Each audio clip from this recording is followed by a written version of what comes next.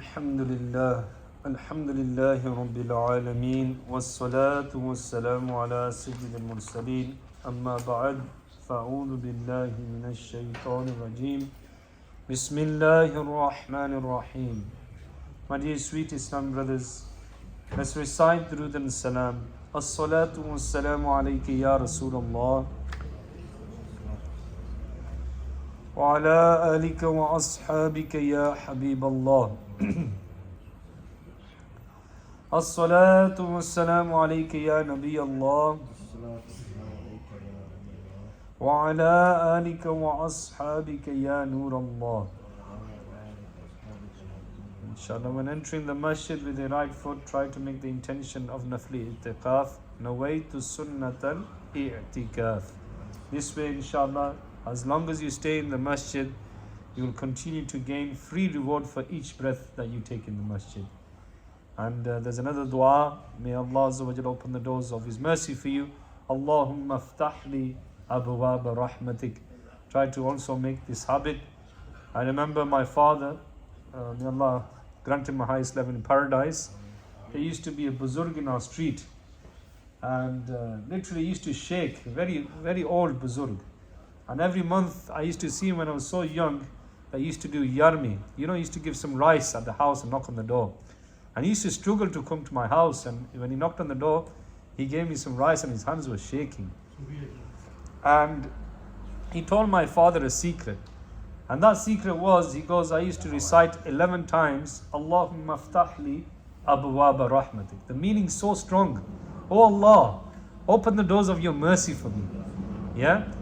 So he goes, you know, some special things happened to him that he could not explain when he did this wazifa.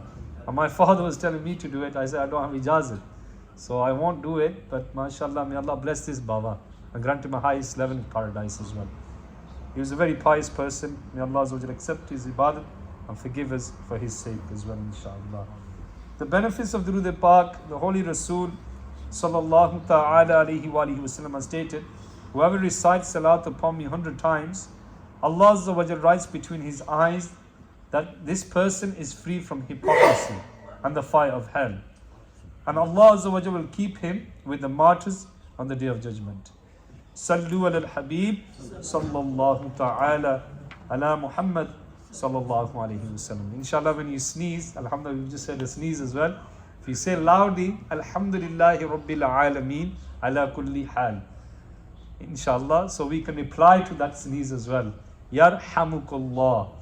May Allah Azza wa Jalla give us ability to act upon the sunnah of the beloved Rasul sallallahu alayhi wa sallam. Here in the book Call to Righteousness, page 350, it mentions 3 sayings of Mustafa sallallahu alayhi wa sallam about concealment of faults. Yeah, so we have to be very careful. We might have faults of our wife, we might have faults of our brothers, sisters, our friends, our neighbors. How important it is to conceal other people's faults. We all make mistakes. We're not the perfect of people. Imran al-Tari Sallam al-Bari says that hate the sin, don't hate the individual. The creation of Allah Azza wa Jalla is beautiful. Yeah, the eyes, the ears, the nose, yeah, the face, how Allah has created that individual. But when he commits a sin, that's what we should hate, not the human being. Because the human being is a creation of Allah, and the sin is from shaitan. Now here, point 1 mentions, one who conceals the faults of his Muslim brother, Allah Azza wa Jalla will conceal his faults on the Day of Judgment. And one who discloses the faults of his Muslim brother, Allah Azza wa Jalla will disclose his faults, even causing him to be humiliated in his own home. Okay? As well as the Day of Judgment, and even at your home as well. Number 2, one who removes the trouble of any Muslim, Allah Azza wa Jalla will remove his trouble from amongst the troubles of the Day of Judgment. And one who conceals the faults of any Muslim, the Almighty, who is the Sattar, will conceal his faults on the Day of Judgment. And this mentions Sahih Muslim. And last point, one who conceals the faults of his brother after he has noticed, it will be made to enter heaven. So he will be made to enter heaven if he conceals the faults of his brother. So my dear Islam brothers, try to make it a habit of concealing faults. I know we indulged in ghiba, we talk about people. I remember quite a long time ago, there was a Madani Kafla, some place. And there was a brother, mashallah, a new brother that was coming into the mahal of Dawateislami. And he told me something that, hit my heart. And you know what he said when we were saying this Madani Kafla? He pointed out, brother, this brother actually came to the Madani Kafla to seek advice, to seek help. But apparently, this brother came to that individual. And he said, look, I've done something really bad. And I'm looking for a solution if I will get forgiven or not. So meaning, he committed fornication with his brother's wife, right? Which was so bad, an allegation. So this brother didn't keep it a secret. He didn't conceal his fault. So he started telling me about it, and I got a bit, upset. Why is he telling me? You should keep this as a secret. Now, anybody who comes to Tawizat Attariya Maktab or Adi Attariya, they discuss their problems. Now, you should conceal their faults. You should not tell anybody. This is between you and him and Allah and His beloved Rasul sallallahu alaihi wasallam. Yeah? So sometimes we like to gossip and tell people about him, and this takes away muhabba, and this can also cause problems in the household as well. So which we have to be very careful. Another waqia I just like to mention before I finish off. This made me cry yesterday. I was listening to a small parable. There was a young boy, and I wanted to do this on Eid really, but since it's in my heart, I thought I'll mention it. This small boy comes into the shop, and guess what he does? He steals a cake from the shop. The shopkeeper grabs him. The pillar of the shop, there's a pillar of the shop. He ties him with a rope for 1 hour. Right? Once he tied him, the child was crying. Because obviously he couldn't escape. He was tied there. And the shopkeeper was waiting for his parents to come and take him. So after an hour had passed, he actually unroped the child. And he gave it another half an hour, and he wanted a discussion with the child. After he was crying so much, because obviously he was tied for an hour, he tried to ask him. And guess what? This child could not speak. He could not hear. Yeah? He was deaf and dumb. The shopkeeper got surprised, and he got a bit upset. What have I done? He tried to ask this young boy, where do you live? He couldn't explain. And then what he did is he put that small boy on the bike, and he went with the direction of sign language to the house. And then he knocks on the door of the house, and he calls out in the house, is there any mard afrad that I can speak to?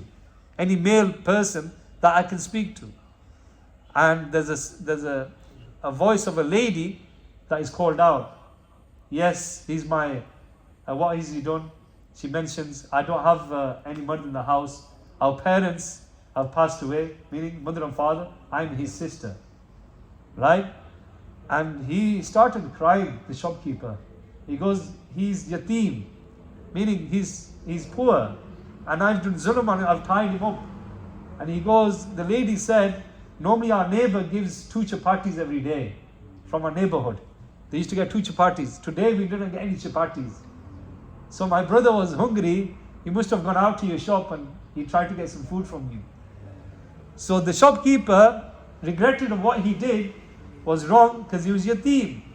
And he said, look, for 1 month I'm going to give you ration. I'm going to give you some stuff from the shop. I'm going to give it to you. Meaning his sister was looking after her brother. They weren't really big age gap. But you can see this is the scenario in Pakistan that we face in many parts of the world. That people are without mother and father. And we have to be careful as well. If this thing happens, we have to conceal faults as well. We don't know what's behind it. Someone's stolen for a reason. Because you might have no food at home. And they end up doing sins. We hear about ladies doing all sorts in Pakistan just to get roti, just to get food for their family. Yeah, and this is a big test. And it's upon us that we give our zakat, we do our qurbani. At least they get their food in their houses as well. Yeah? So may Allah Azza wa Jalla give me the ability to deliver anything I've said correctly. And if I made any mistakes, may Allah Azza wa Jalla forgive us and give us ability to keep coming in the mahal of Dawateislami. Ameen. Bijahi Nabil Ameen. Sallallahu alayhi wa sallam. Alhamdulillahi Rabbil Alameen. Wassalatu wassalamu ala Sayyidil Mursaleen. Jazallahu anna Muhammadan ma huwa ahlu.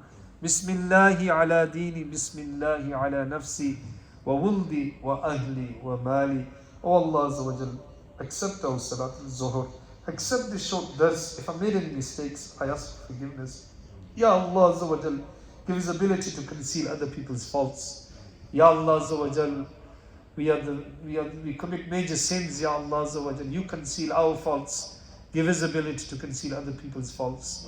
Ya Allah Azza wa Jal, if you reveal anybody's faults, and that individual who revealed the faults of this other brother, Ya Allah, forgive him and forgive us all, Ya Allah, for the sake of Mustafa sallallahu alayhi wa sallam. Oh Allah Azza wa Jal, give us istiqamat in deen. Protect us from shaitan, protect us from our nafs, protect us from bad company, and give us ability to hold good company. Oh Allah Azza wa Jal, bless our children with true iman, protection of iman and obedience towards the parents. Bless Pakistan, Kashmir, Palestine, Bayt al-Muqaddas, Masjid al-Aqsa, Syria, Yemen, Burma, Iraq, the Muslims in India, Ya Allah, the Muslims in China. Ya Allah Azza wa Jal, remove the calamities, the oppression, the zulm, the starvation. Bless them from your provision, Ya Allah, give them sabr. Those who have become shuhada, Ya Allah, grant them the highest level in paradise. Accept the du'as of the Hazreen and Majlis. Grant them success in this life and the hereafter. Sallallahu ta'ala ala Muhammad sallallahu alayhi wa sallam. Bi rahmatika ya arhamar rahimin.